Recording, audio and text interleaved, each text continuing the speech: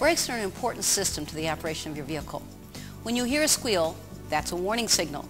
It could be caused by the wear indicator on your brake pads. It tells you when you need new brakes.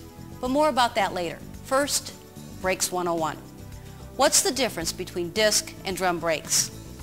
Both apply friction to stop your vehicle.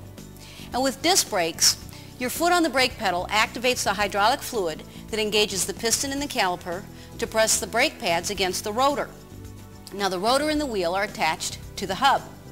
The friction of the brake pads against the rotor stops the hub, the wheel, and the vehicle. With drum brakes like these on the rear, the same foot action creates hydraulic pressure against the wheel cylinder, which pushes out the brake shoes against the drum. Now the friction of the shoes against the drum stops the wheel and the vehicle. Some drivers are sensitive to how well their brakes are functioning, but sometimes it's hard to tell when the brakes are getting worn and it's time for maintenance.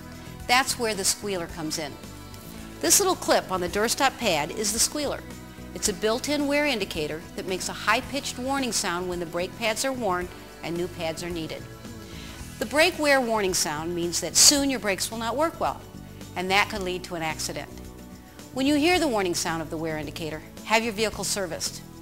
And be sure to use new approved GM replacement parts. And to help reduce noise and brake dust, GM offers DuraStop ceramic brake pads. It's also a good idea to have your front and rear brakes checked every time you take your vehicle in for an oil change.